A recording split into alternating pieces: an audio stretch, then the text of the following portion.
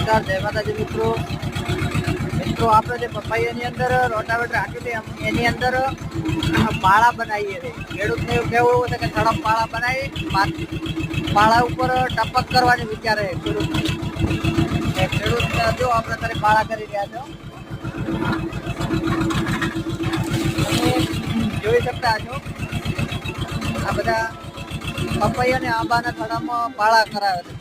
પાળા કરવાથી ઘણો બધો ફાયદો થાય છે. છોડનો વિકાસ થાય અને થડ મજબૂત થાય.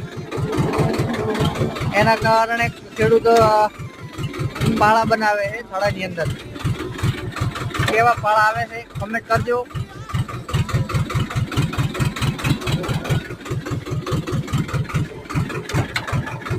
આંબા પણ સારા છે.